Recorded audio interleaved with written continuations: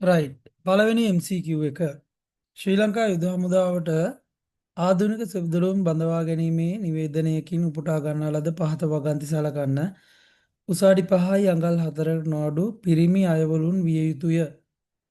ඉහත ප්‍රකාශය පිළිවෙලින්. හරි. මෙතන තියෙන්නේ මොකද්ද?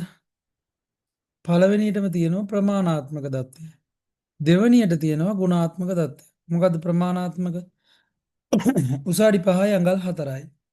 ගුණාත්මක තමයි පිරිමි අය. එහෙනම් පළවෙනියට ප්‍රමාණාත්මක, දෙවැනියට ගුණාත්මක. එහෙනම් පිළිතුර පිළිතුර අංක 4.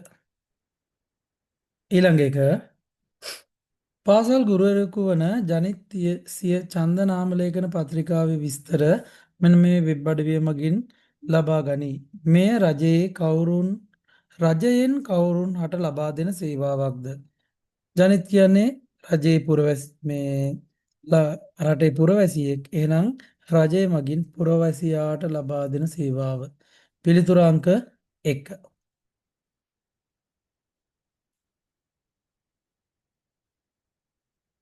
තුන්වෙනි එක.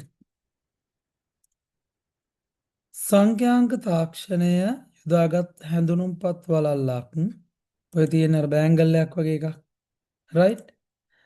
දරුවන්ට හඳුන්වා දීම මගින් පාසල් කළමනාකරණයට ලැබෙන වාසියක් නොවන්නේ. තොරතුරු විමසීම සඳහා තාක්ෂණික පුහුණුවක් සහ උපකරණ අවශ්‍ය වීම. වැඩි තොරතුරු ප්‍රමාණයක් මෙම හැඳුනුම්පත් වළල්ලට ඇතුළත් කළ හැකි වීම. අනාවරකයක් ඩෙකොඩර් එකක් භාවිතා කළ විට ඉතා පහසුවෙන් වැඩි තොරතුරු ප්‍රමාණයක් ලබාගත හැකි වීම. දරුවන්ගේ පාසල් පැමිණීම සටහන් කිරීමට මෙම උපකරණය පාවිච්චි. බලන්න 2 3 4 පිළිතුරු වල තියෙන වාසි.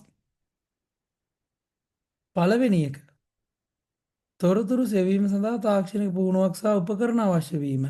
ඒක ඉතින් පොඩි අවාසියක්. එන වාසියක් නොවන්නේ පිළිතුර අංක 1. මෙන්න මේක ගලපමුකෝ ඉස්සෙල්ලා. ලේසියිනේ මේක ගලපලිමු. ඊට පස්සේ අපිට උත්තරේ ගන්න පුළුවන්. අදෝ රක්ත කිරණ.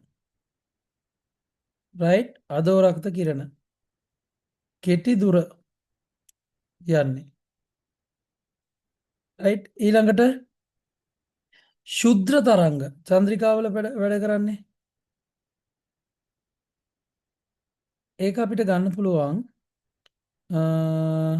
සංඥා ලබගෙන රේඛාවකට තිබිය යුතුයි මේ. ඔයාලා දන්නවා සරල රේඛීයව තියෙන්න ඕන, බාහිර බාධක තියෙන්න බෑ. ගුවන් විදුලි තරංග. ගුවන් විදුලි තරංග. ගුවන් විදුලි තරංග යන්නේ සංඥා කේන්ද්‍රිකව බෙදා හරි. දැන් ටවර් එක මෙහෙමනම් මෙහෙම කියමුකෝ. ටවර් එක මෙහෙම තියෙනවා. ඔය ටවර් එකේ ඉඳන් මෙයා එක කේන්ද්‍රිකව තමයි සංඥා ටික බෙදා මේ. ඔහොමනේ සංඥා යන්නේ. ඔය ටවර් එකේ ඉහළ ඉඳන් එන මේකේ. අන්න එහෙනම් ටවර් එක කේන්ද්‍රයක් කරගෙන තමයි සංඥා බිහි වෙන්නේ. Right sorry. මේව ටිකක් ගියානේ. මාක් කරපු ටික. ශුද්‍ර තරංග සංඛ්‍යා රේඛීයව ගුවන් විදුලි තරංග කේන්ද්‍රගතව ප්‍රකාශ තන්තු වඩාත් වේගවත් ආරක්ෂිත. එතකොට එකට C, දෙකට B, තුනට D, හතරට A. හරිනේ? එකට C, දෙකට B, තුනට A, තුනට D, හතරට A. හරි අපි බලමු පිළිතුර මොකක්ද කියලා. එකට C, දෙකට B, තුනට D, හතරට A. එහෙනම් පිළිතුර අංක 2.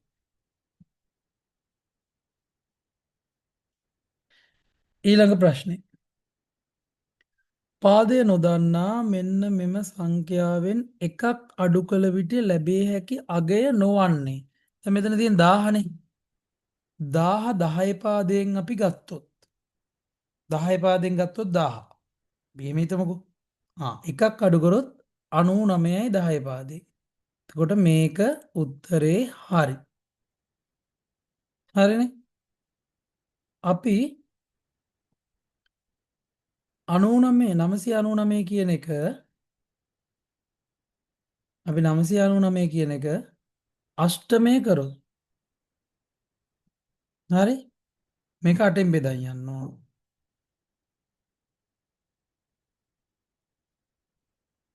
කටෙන් බෙදා යන්න ඕනේ.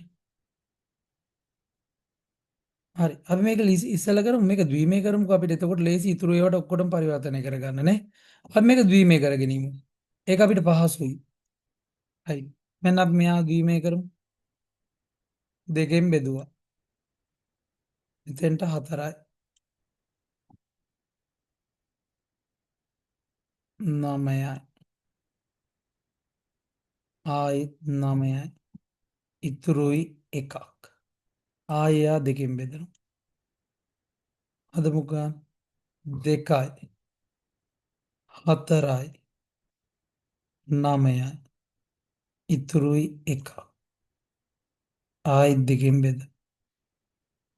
1යි 2යි 4යි ඉතුරුයි එකක්. ආයිත් දෙකෙන් බෙද.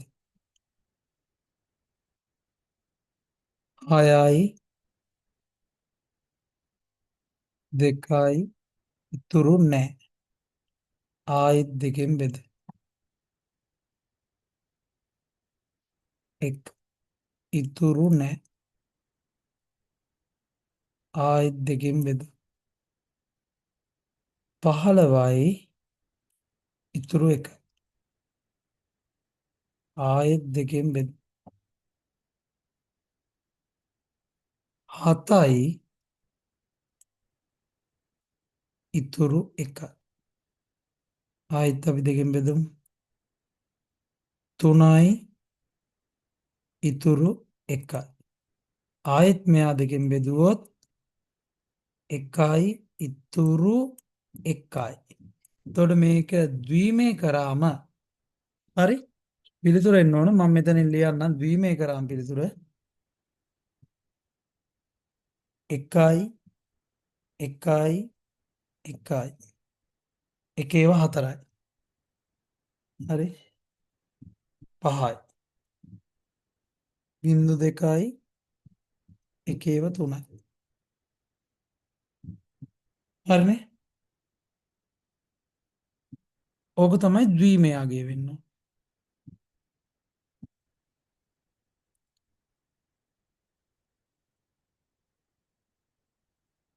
අපි මෙයාව දැන් අෂ්ටමය කර. කොහොමද කරන්නේ? ස්ථාන 3 බැගින් වෙන් කර.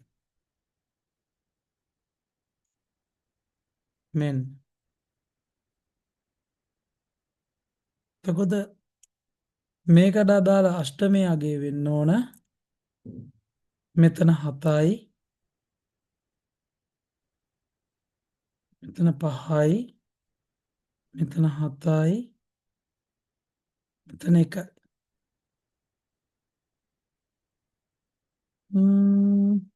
1757 නෑනේ.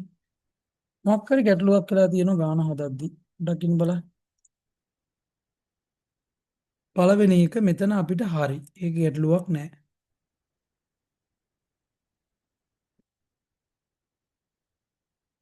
රයිට් මමනේ වැරද්ද ගත්තේ පුතේ. මොකද 1000 කියන එක ගත්තොත් අපි 10 පාදයෙන් එකක්නේ. හරි. 1000 8 පාදයෙන් නම් 8 පාදයෙන් වුණොත් එකක් අඩු වෙන්න ඕන. තේරුණා? 1000 කියන අංකයාව 10 දෙකේ පාදයෙන් නම් දෙකෙන් එකක් අඩු වෙනවා. හරි. ඒක තවත් පාදයකට පරිවර්තනය කරලා අරගෙන හරියන්නේ නැහැ. රයිට්. ඒ විදිහට හදලා බලන්න ඔයාලට පිළිතුර වෙන්නේ පිළිතුර අංක 3. ඒක තමයි වැරදි උත්තරය. ද්විමයාගේ වැරදි.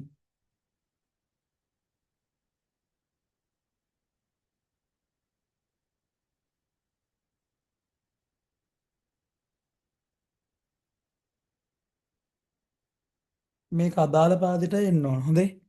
ඒ කියන්නේ දැන් 1000 ගත්තේ 10 පාදෙන්. ආයේ විදියටම ඒක 8 පාදෙන් එකක් අඩු වෙන්න ඕන. ඒක 16 පාදයෙන් එකක් අඩු වෙන්න ඕන. එහෙමයි වෙන්න ඕන. හරි පාදය නොදන්නා. එතකොට 1000 කියන සංඛ්‍යාව දෙකටත් අයිති, 8ටත් අයිති, 10ටත් අයිති, 16ටත් අයිති. හරිනේ? 6 වෙනි ප්‍රශ්නේ. AE ෂඩ්දශමයේ සංඛ්‍යාව තුල්‍ය අෂ්ටමයේ සංඛ්‍යාව බවට පරිවර්තනය කරගන්න. right. මෙන්න AE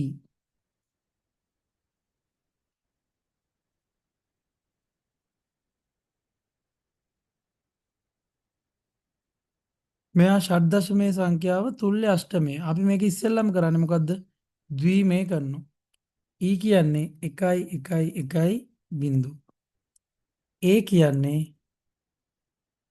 1.1 බිංදුව. හරිනේ? ඊට පස්සේ මේක තනි පියවරකට ලියනවා.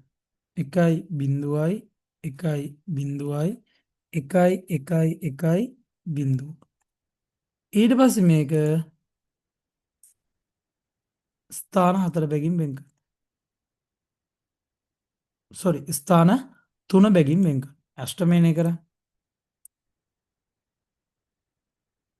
එතකොට මෙතන අගය 6යි, මෙතන අගය 5යි, මෙතන අගය 2යි. 256යි 8 පාදයට. සමාන පිළිතුරු දෙකක් තියෙනවා. එකක් එකයි තියෙන්නේ. දෙවෙනි පිළිතුර. දෙවෙනි පිළිතුර. තුන්වෙනි එක පොඩ්ඩක් අපේ ඇහැ රවට්ටන්න 265 කියලා දාලා. රයිට්. හත්වෙනි ප්‍රශ්නේ. 185 දශමයේ තියෙන්නේ ද්විමේ සංඛ්‍යාවට පරිවර්තනය කරන්න. රයිට්. 185 ද්විමේ කරන්න තියෙන්නේ. ඉතින් පුරුදු විදියට කරయ్యා. දෙකෙන් බෙදුවා 9යි 2යි ඉතුරුයි 1ක්. ආයි දෙකෙන් බෙදනවා 4යි 6යි ඉතුරු නෑ. ආයිත් දෙකෙන් බෙදුවා 2යි 3යි ඉතුරු නෑ. ආයිත් දෙකෙන් බෙදුවා ඉතුරුයි 1ක්. ආයිත් දෙකෙන් බෙදුවා 5යි ඉතුරුයි 1ක්. ආයිත් දෙකෙන් බෙදුවා 2යි ඉතුරුයි 1ක්. ආයිත් දෙකෙන් බෙදුවා 1යි ඉතුරුයි බිංදුව. එතකොට අගය වෙන්න ඕන මෙන්න මේක 1යි බිංදුවයි 1/3යි බිංදු 2යි 1. බලමු ඔහොම පිළිතුරක් තියනවාද කියලා. පිළිතුර අංක 1.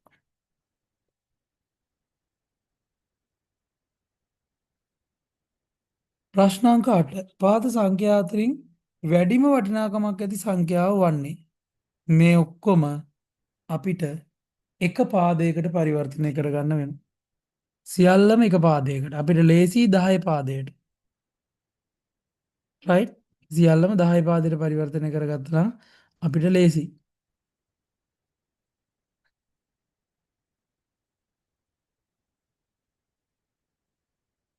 රයිට් අයි පරිවර්තනය කරගමු.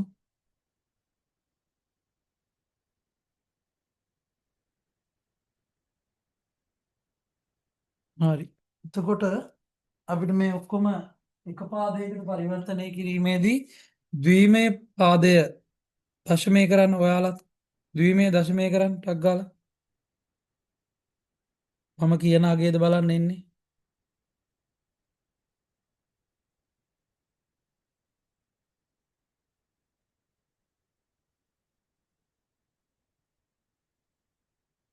හත්සිය අසූ පහයි මෙතන අගය 785යි මේක දශමය කරු. හරි එක දශමය කරොත් 785යි. ඊළඟට මේ අෂ්ටමේ සංඛ්‍යාව දශමය කරොත් ඔයාලත් කරන්න.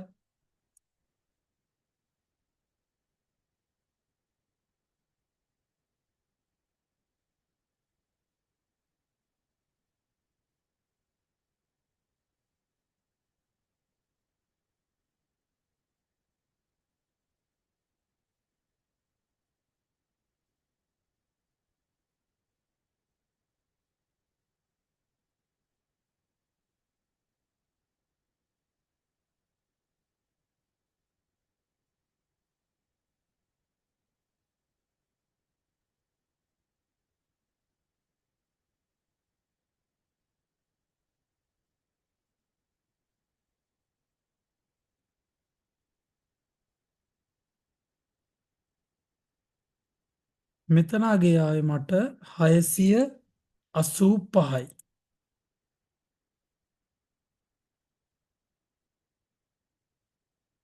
right 16 පාදය.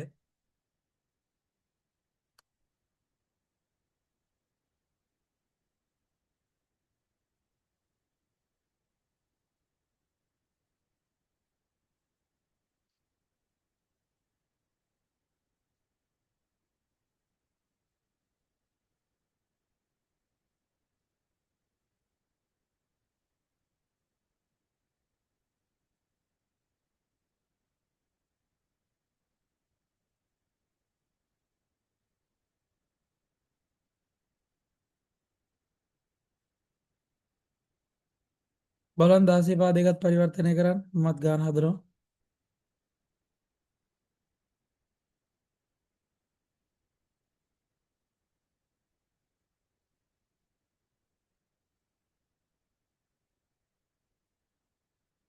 එතනගේ එන්නේ 476යි.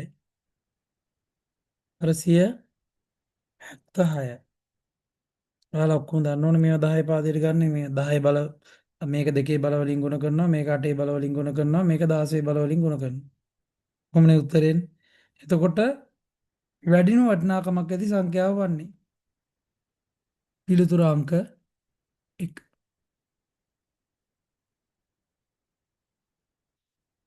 මේ ඔක්කොම එකම පාදයකට පරිවර්තනය කරලා බලන්න වෙනවා. හරිනේ? ඊළඟට දකුණු පසින් ඇති තර්කිත පරිපථයට තුල්‍ය වන සත්‍යතා වගුව. මේක මෙතනම හදලා බලමු අපි. ලොකු දෙයක් නෙවෙයි. රයිට්. මෙන්න මේක ලියලා තියෙන එක පියවර බිඳුවයි බිඳුවයි. එතකොට මෙතෙන්ට එන්නේ මොකද්ද? 1යි බිඳුවයි. මෙතෙන් එන්නේ 1යි බිඳුවයි යාම මෙතන තියෙන නැන්ඩ් එකක්. හොඳේ. 1යි බිඳුවයි යාම බිඳුව වෙන බිඳුව අනිත් පැත්ත කරනම 1. ඊළඟට බිඳුවයි 1යි. මෙතනත් බිඳුවයි මෙතනත් බිඳුවයි බිඳුවයි මේක හරහාම බිඳුව අනිත් පැත්ත කරනම 1. 1යි බිඳුවයි. මෙතන 1යි මෙතන 1යි 1යි මේක හරහා මේ පැත්තට ආවම බිඳුව. නැවත මෙතෙන්ට එන්නේ 1යි 1යි 1යි බිඳුවයි.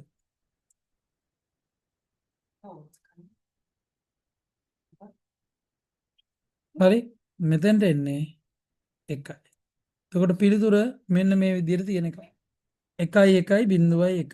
එහෙනම් අපිට පිළිතුර අංක 2. පිළිතුර අංක 2.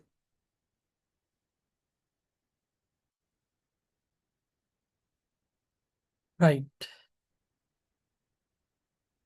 10 වෙනි ප්‍රශ්නේ. ආදාන සියල්ලම අසත්‍ය වූ විට පමණක් ප්‍රතිදානයේ සත්‍ය. කල්පනා කරලා බලන්න. අපිට තියෙන මූලික ద్వාරවල එකකවත් ආදාන සියල්ලම එක වුණාම ප්‍රතිදානය එක වෙන්නේ නැහැ. එහෙනම් අනිවාර්යෙන් සංයුක්ත ద్వාරයක් වෙන්න ඕන. අපි ඇන්ඩ් එකේ ප්‍රතිදානයේ අවසානය ගත්තොත් මතක නම් ඇන්ඩ් එකේ මේ වගුවේ මම මේ කියන අවසාන එක. ඇන්ඩ් එකේ ඉන්නේ බිඳුවයි බිඳුවයි බිඳුවයි 1යි. ඕ එකේ ඉන්නේ බිඳුවයි 1යි 1යි 1යි. ඔහොමනේ එන්නේ. හරිනේ. එතකොට ආදාන සියල්ලම අසත්‍ය වූ ඊට පමණක් සත්‍ය වෙන තාර්කික ద్వාරය. දැන් මෙතන පළවෙනි පියවරේ තමයි ආදාන සියල්ලම අසත්‍ය. මේ තියෙන්නේ. ওই පියවරනේ හැම එකේම. එහෙනම් මෙන්න මේ පියවර විතරක් ගැන තමයි මේ අහන්නේ අපි. හරිනේ. ආදාන සියල්ල අසත්‍ය වූ විට පමණක්. දැන් මේක අපි මම මේක ලියන්නම් උඩින්. මේක ඇන්ඩ් එක මේක ඕ එක. හරිනේ. එතකොට පුතේ මේක නැන්ඩ් වෙනකොට වෙන්නේ මොකද්ද? නැන්ඩ් වෙනකොට වෙන්නේ 1යි 1යි 1යි බිඳුවයි. මේක 1යි බිඳුවයි බිඳුවයි බිඳුවයි. ඔය පිළිවෙලටයි. එතකොට ආදාන සියල්ලම අසත්‍ය වූ විට පමණක් එකවන. මෙන්න බලන්න. මේක එහෙම නැති අවස්ථා දෙකකුත් එක වෙලා තියෙනවා. මේකේ ඒ අවස්ථා දෙක විතරයි මේ අවස්ථාව විතරයි එක වෙලා තියෙන්නේ. මේ අනිත් අවස්ථා ඔක්කොම බිඳුව. එහෙනම් ඕ එක නෙවෙයි NOR එක.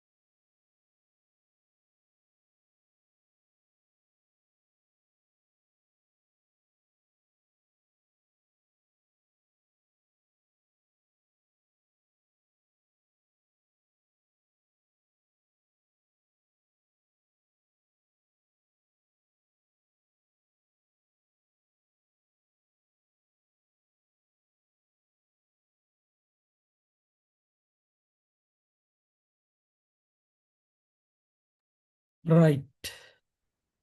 ඊළඟට දෘඩ තැටිය භෞතික වශයෙන් තනි ඒකක ලෙස පැවතියද එය තාර්කිකව පංගු බෙදීමට ලක් කරයි. එසේ පංගු බෙදීමට බලපාන හේතුවක් නොවන්නේ. හේතුවක් නොවන්නේ. පරිශීලකයාගේ අවශ්‍යතාවය මත ගුණ සහ බහලුම් වෙන්වෙන් වශයෙන් තැන්පත් කිරීම. ඒක හරි. පරිගණකයේ මෙහෙයුම් පද්ධති කිහිපයක් පිහිටුවීමට ඒකත් හරි. මෙහෙයුම් පද්ධතියේ අවශ්‍යතාවය මත දෘඩාංග පාලනය පහසුවීම නෑ. මෙහෙයුම් පද්ධතියේ අවශ්‍යතාවයත් මතත් හරි පුතේ. දෘඩාංග පාලනයට එහෙම කොටස් කරන්න ඕනේ නෑ. පිළිතුරු අංක 4. පිළිතුරු අංක 4.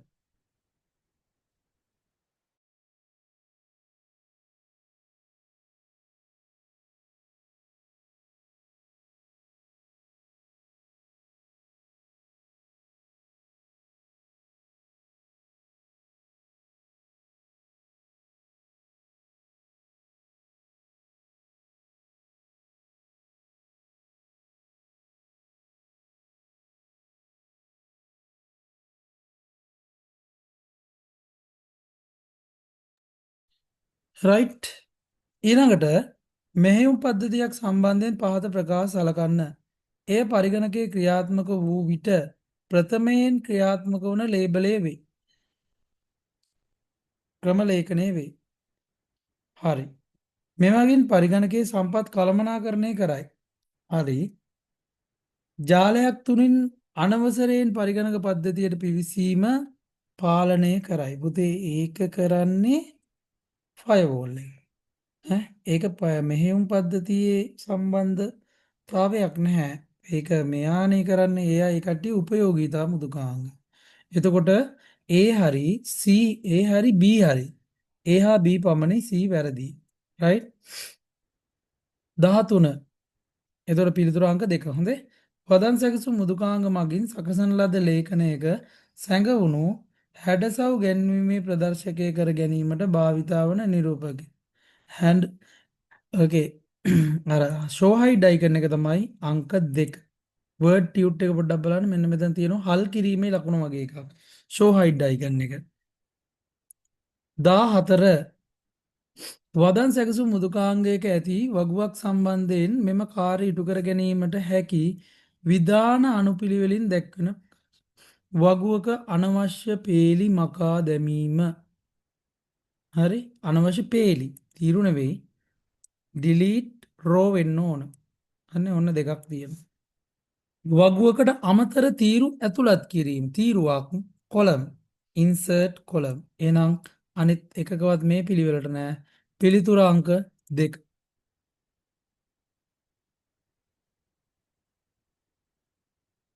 15 තේදළු නෙළනා කාන්තාවන් සඳහා වැටුප් ගෙවනු ලබන්නේ මුල් කිලෝ 30 සඳහා රුපියල් 700ක් සහ වැඩිවන සෑම කිලෝග්‍රෑමයකට රුපියල් 25 බැගිනි. මෙම පැතුරුම් පතේ දක්නට ලැබෙන්නේ දළු නෙලන ආකාරය පිළිබඳව තොරතුරුය. දවසේ ආදායම ලබා ගැනීම සඳහා සීපා කෝෂයේ ලියන් ලද සූත්‍රය. දවසේ ආදායම හුවන් ඕන්ලු කොහොමද හොයන්න කියල තියෙන් තේදල් නෙම වැටුප් ගෙවන ලබන්නේ මුල් කිලෝතිය සඳහා රුපියල් 700 බැගින්සා වැඩිවන සෑම කිලෝග්‍රෑමෙන් රුපියල් 25. හරි. රයිට් එහෙනම් මේ බල දළු ප්‍රමාණය මෙතන තියනවා. ඒක වෙනස් වෙනවා. හරි දෛනික වැටුප සඳහා දළු ප්‍රමාණය 30යි. දෛනික වැටුප 700යි. අමතර කිලෝවකට 25යි. එහෙනම් ඉස්සර වෙලාම කරන්න ඕන දෛනික වැටුප සඳහා දළු ප්‍රමාණය 30ක් ඕනනේ. එහෙනම් වැඩිපුර කිලෝ කීයක් කඩලද? ඒක කොහොමද හොයන්නේ? මෙතන තියෙන කිලෝ ගාණයෙන් මෙතන තියෙන කිලෝ ගාණ අඩු කරන්න ඕන. හරිනේ? එහෙනම් B5න් B එක අඩු වෙලා තියෙනවා. B5න් B එක අඩු වෙලා තියෙනවා. B5න් B එක අඩු වෙලා තියෙනවා. B5න් B එක අඩු වෙලා තියෙනවා. B5න් B එක අඩු වෙලා තියෙනවා. හැබැයි මෙන්න මෙතන පොඩි ප්‍රශ්නයක් තියෙනවා ප්‍රකාශනයේ වරහන් දාලා නැහැ. නම් මම පිළිතුර දැනට අයින් කරනවා. හරි දැන් තුනක් තියෙනවා. ඒතර මේක මෙතන විතරයි. එහෙනම් එයාට ඩොලර් මාක් දාලා තියෙන්න ඕන. මේකේ ඩොලර් මාක් දාලා මේකෙත් ඩොලර් මාක් දාලා තුන්වෙනි පිටුරේත් ඩොලර් මාක් දාලා. එහෙනම් ඒකේ ගැටලුවක් නැහැ. ඊළඟ එක තමයි අමතර කිලෝ දෛනික වැටුප් ප්‍රමාණය තියෙන්නේ B2. හරිනේ? එහෙනම් B2ත් නොවෙනස්ව තියෙන්න ඕන. ඇයි? ඒක තියෙන්නේත් මෙතන විතරයි. එහෙනම් මෙන්න මේ දැන් පළවෙනි පිළිතුර අපි අයින් කළානේ. B dollar mark B dollar mark 2. ඒක හරි. හතරවෙනි පිළිතුර dollar mark B dollar mark 2. හරි. හැබැයි දෙවෙනි පිළිතුරේ පුතේ B ට විතරයි ඩොලර් මාක් එක දාලා. එහෙනම් එහෙම බෑ. ඇයි? පල්ලෙහාට යනකොට වෙනස් වෙන ඉලක්කම. අන්න එහෙනම් එයත් අයින් කර. දැන් 3යි 4යි විතරයි. ඊළඟට අමතර කිලෝවකට ගෙවන එකක් තියෙන්නේ B3. එයත් ඩොලර් මාක් වෙන්න ඕන. අන්න B3ත් ඩොලර් මාක් වෙන්න ඕන. ඒ මොකද? එයාගේ ගාණ හදාගන්න වෙන්නේ අපිට. එයාගේ මුදල තියෙන්නේ මෙතන විතරයි. එහෙනම් B3ත් ඩොලර් මාක් මෙන්න මෙයාගේ නෑ. මෙයාගේ තියෙනවා. එහෙනම් පිළිතුර අංක 3. පිළිතුර අංක 3. 17 පැතුරුම්පත් කෝෂයකට මෙන්න මේ සූත්‍රය ඇතුළත් කළ විට දිස් වෙන්නේ.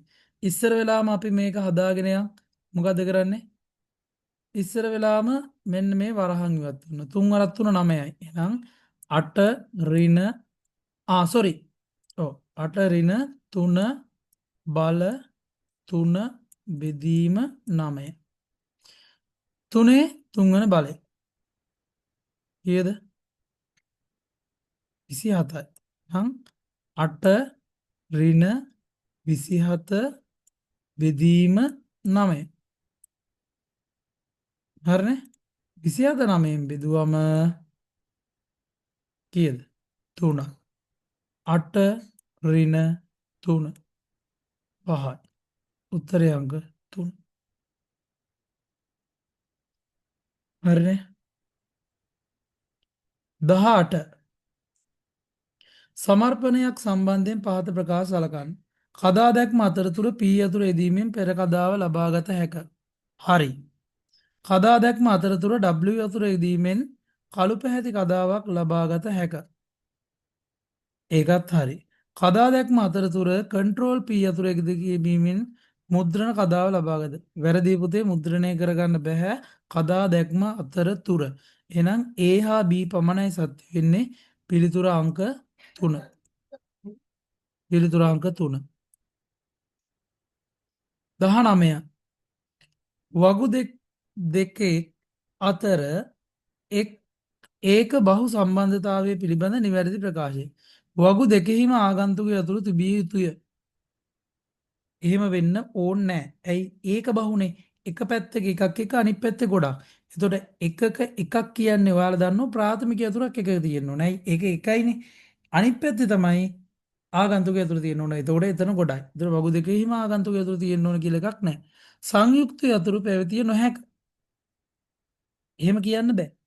හරිනේ? සංයුක්ත යතුරු දැන් ප්‍රාථමික යතුරක් නොවන වගු තුල එයා සංයුක්ත යතුරක් වෙන්නත් පුළුවන්. අනෙක් වගුව හා සම්බන්ධ නොවූ රෙකෝඩ පැවතිය හැක. ඔවු එහෙම තියෙන පුළයිද. අනෙත් වගුවේ හැම එකක් එක්කම සම්බන්ධ වෙන්න ෑනේ එකයිනේ සම්බන්ධ වෙන්නේ තොට අනිත්‍යකත් එක සම්බන්ධ නොවූ රෙකෝඩ තියෙන පුළුවන්. ආගන්තුක අතුර අඩංගු තීරුවෙහි දත්ත අනුපිටපත් විය හැක. ආගන්තුක අතුර තියෙන තීරුවේ දත්ත අනුපිටපත් වෙන්නත් පුළුවන්. එතකොට මේක පිළිතුරු දෙකක් උදේ අපිට ගන්න පුළුවන්. 3යි 4යි දෙකම හරි. හරිනේ? 3යි 4යි දෙකම හරි. 20 ශව්‍ය සන්ධාර යෙදූ මුදුකාංග භාවිතා කර ශව්‍ය ගොනුවක තෝරාගත් කොටසක පමණක් හඬ ඉවත් කිරීම තෝරාගත් කොටසක පමණක් හඬ ඉවත් කිරීම හරනේ හඬ ඉවත් කිරීම ගැන මියුට් කරනවා කියන එක නෙමෙයි 3යි 4යි දෙකෙන් කරන්නේ මියුට් කිරීම නැත්තම් ඒ හඬ සීරෝ කරන එක හඬ ඉවත් කරනවා කියන්නේ කොටස කපලා අයින් කරනවා එහෙනම් මොකද්ද අංක 1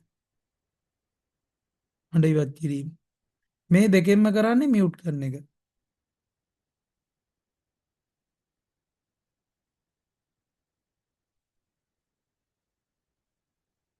කෙනෙකුට ඕන මේක හැටියට පුතේ පිළිතුරු අංක 4 ගන්නත් පුළුවන් ඇයි දැන් මේක කෙරෙන තෝරාගත් කොටසේ හඬ ඉතුරු කළා පොඩි අවුලක් තියෙනවා මොකද්ද මං කියන්න මේක තෝරාගත් කොටසේ හඬ ඉවත් ඉතුරු කළා දෙපැත්ත මියුට් කරනවා මේකෙදි වෙන්නේ තෝරාගත් කොටසේ පමණක් හඬ මියුට් කරනවා එතකොට කෙනෙකුට ඕනනම් අර කට් කරනවා කියන එක අදහසින් එක ගන්න පුළුවන් මේ අදහසින් හතර ගන්නත් පුළුවන් මට හිතනවා වඩාත්ම නිවැරදි පිළිතුර 4 කියලා.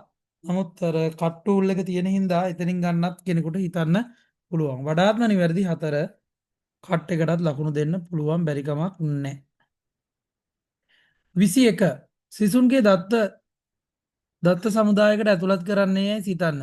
මෙහිදී සිසු දත්ත වගුවේ ප්‍රාථමික යතුර සඳහා යෙදිය හැකි ශේෂ්ත්‍රයක්. මොකක්ද? උප්පැන්න සහතික අංකය. නැත්තම් ඇතුළත් වීමේ අංකය යොදන්නත් පුළුවන්. right? අපිට මෙතන යොදන්න පුළුවන් දේ තමයි A සහ E. උත්තරේ අංක 1. උත්තරේ අංක 1. A සහ E.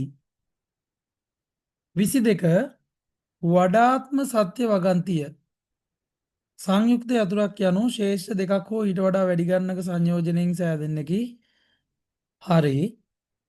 ප්‍රාථමික යතුරක් තීරුවේ දත්ත ඇතුළත්ව පැවතීම අනිවාර්ය වේ. ඔව්. වගුවක ප්‍රාථමික යතුරක් හා ආගන්තුක යතුරක් අනිවාර්යයෙන් පැවතිය යුතුය. එහෙම එකක් නැහැ. ශිෂ්‍ය වගුව හා විෂය වගුව අතර සම්බන්ධතාවය ඒක සම්බන්ධතාවයකි. එහෙම එහෙකුත් නැහැ. ඇයි? ඒක සම්බන්ධතාවයක් වෙන්න බෑනේ. එක ශිෂ්‍යයෙක්ගේම නෑ එක විෂයයිනේ කරන්න වෙන්නේ ඔය කියන විදිහට. ඒක වැරදි. 4 වැරදි 3 වැරදි. ප්‍රාථමික යතුරු තියෙනවා නම් තීරුවේ දත්ත පැවතීම අනිවාර්යයි. ඔව්. සංයුක්ත යතුරක් යනු ශේෂ්ඨ දෙකක් හෝ ඊට වඩා වැඩි ගණනක් සංයෝජනයෙන් සෑදෙන්නකි. හරිනේ. එතකොට 1යි 2යි දෙකම හරි. 1යි 2යි දෙකම හරි. වඩාත්ම කිව්වත් ඉතින් සංයුක්ත යතුර කියන වචනේම තියෙනවා තීරුව එකකට වඩා වැඩි ගණනක් කියලා.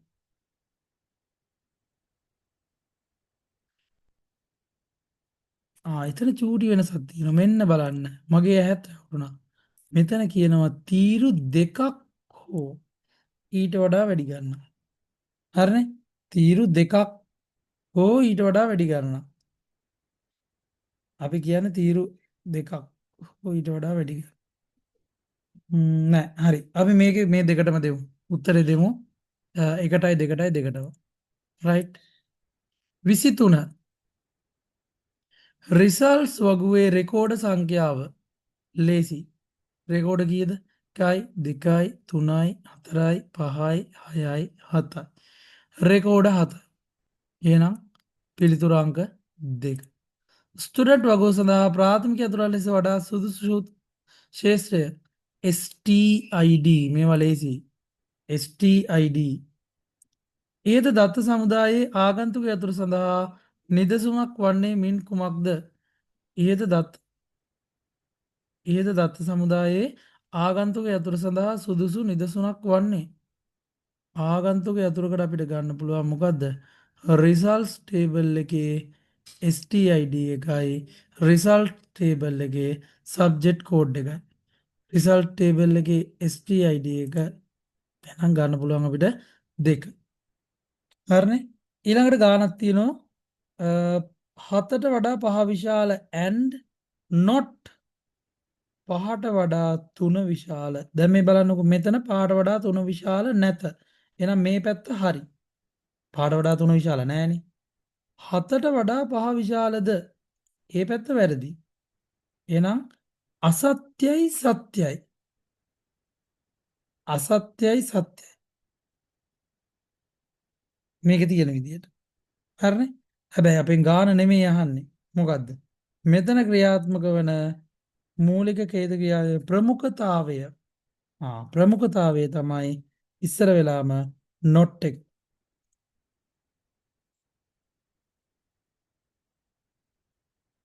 27 මෙන්න මේක 123 මොඩ් 4,123 dvi 4. මොකද්ද මේ මොඩ් එකයි dvi කිය? මොඩ් එක කියන්නේ බෙදා ඉතුරු වන ශේෂය, div කියන්නේ බෙදලා ඉතුරු වෙන උත්තරය. එහෙනම් අපි 123 බෙදුවොත් 4ෙන් අපිට පිළිතුරු විදියට ලැබෙනවා 30යි. හරි? එතකොට මේකේ අවසාන උත්තරේ වෙන්න ඕන 30යි div. මොකද div වලට එන්න ඕන දශම ගණන් එන්න බෑ පූර්ණ සංඛ්‍යා. 30 තමයි එන්න ඕන. හරි? එතකොට ඒක ලේසියෙන්ම ගන්න පුළුවන් පිළිතුරු අංක 2. ඇයි? පූර්ණ සංඛ්‍යාවක් විදියට විතරයි එන්න ඕන. 3 නෙවෙයි 119ක් නෙවෙයි. නිවැරදිම උත්තරේ කියන්නේ හරියටම මේක බෙදුවොත් 30.75යි. හැබැයි මේක පුතේ div වල ගන්නේ පූර්ණ ගාන විතරයි. හරිනේ? එතකොට උත්තරේ අංක 2.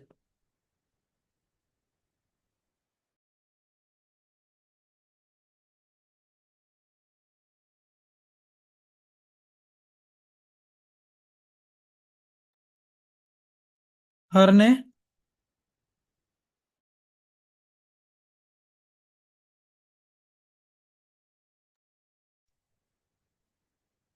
right.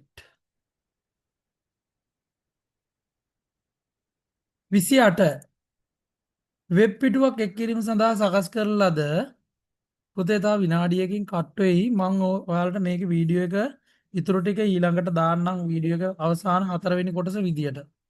හරි? මම 28 වෙනි ප්‍රශ්නේ ඉඳන් ඊළඟ වීඩියෝ එක දාන්නම් ඔයාලා ජොයින් වෙන්න එපා දැන්. මේකෙන් පස්සේ මේ මට නැවතත් පොඩි ක්ලාස් එකක් තියෙනවා. ඒකින්ද ඔයාලා ජොයින්